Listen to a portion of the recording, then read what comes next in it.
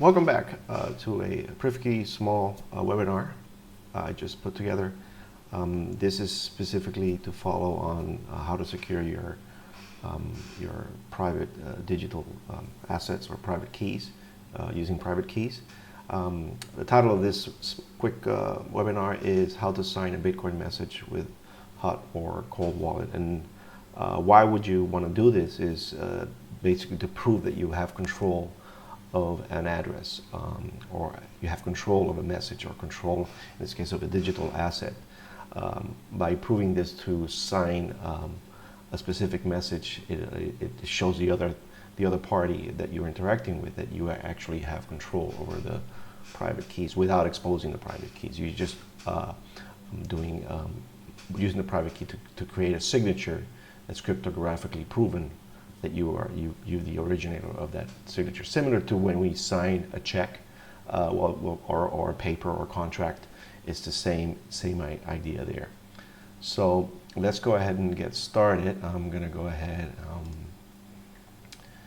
and jump over to an application on the web. It's checkmessage.org. Very simple. There's plenty of these tools that are out there where you can add an address, specific message, and a signature. And as you can see here, I'm very popular because I was practicing with it. But you have an address, a message, and a signature that you're going to be using to prove this. So this is on the web. Now, to do this, you need certain tools. You need a wallet that you're going to be using.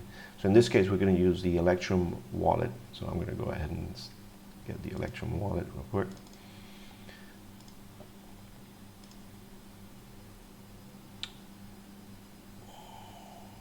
Okay, let's log in. I'm authenticating. And as you can see that the wallet is populated.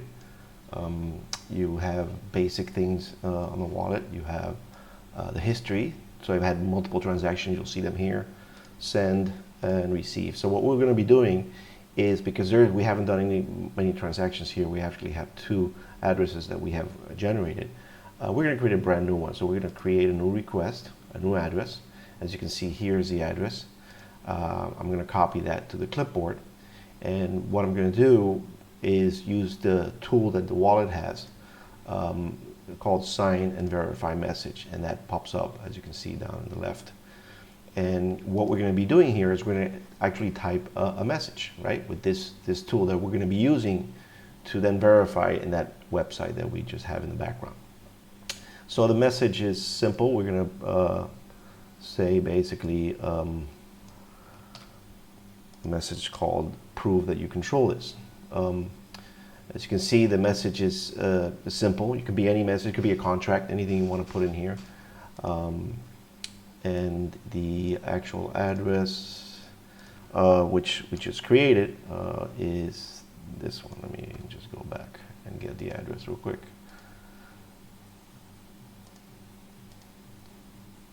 So the address is the one we just generated, and the message is basically this.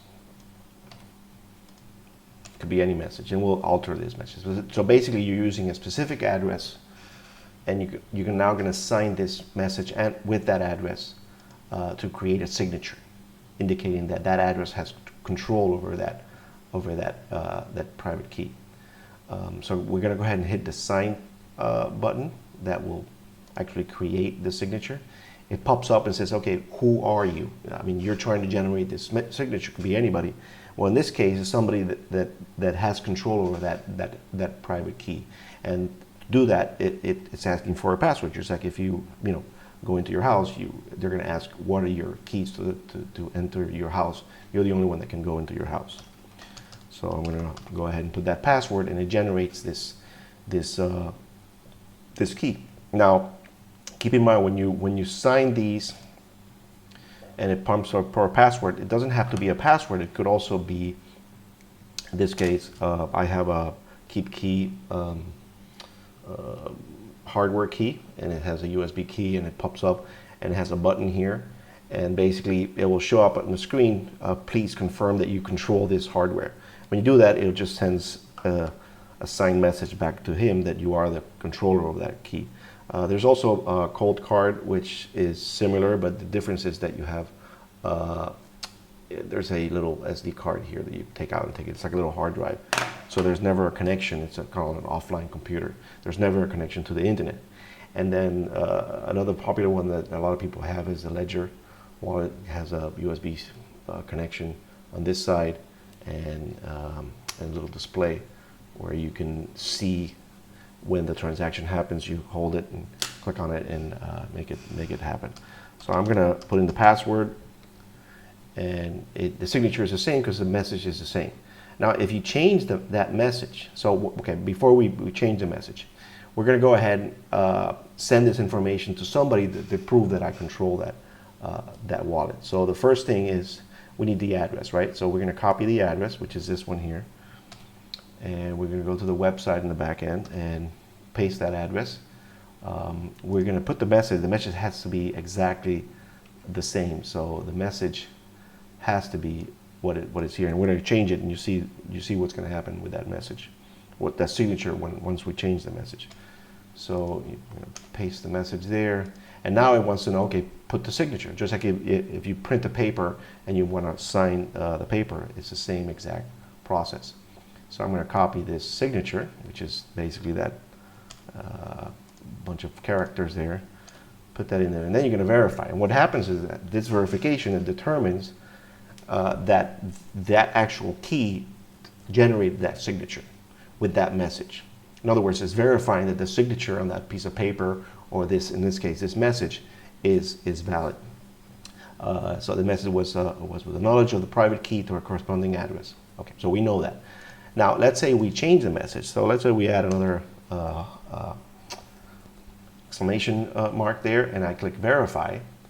It will fail. It says, hey, that message doesn't match the signature, so it's not valid. This is a very good way to verify content messages. This could apply for a whole contract, a movie, a file, doesn't matter. But let's say I want to go ahead and prove this, that I can still change the message. So I go back to my application down here, and I add that exclamation to the word. Or I can even go further and say, this is signed. So this is signed. So this is signed. I'm going to take this message and go up here, copy that, paste it here, and then go back to the application. I'm going to sign it. So I'm going to sign this new message, and look at the signature down here. It will change. It's going to ask me to confirm, see if I'm still in control of that key, or if I have to press the button on the hardware key. And okay, and you can see that the actual message here has changed.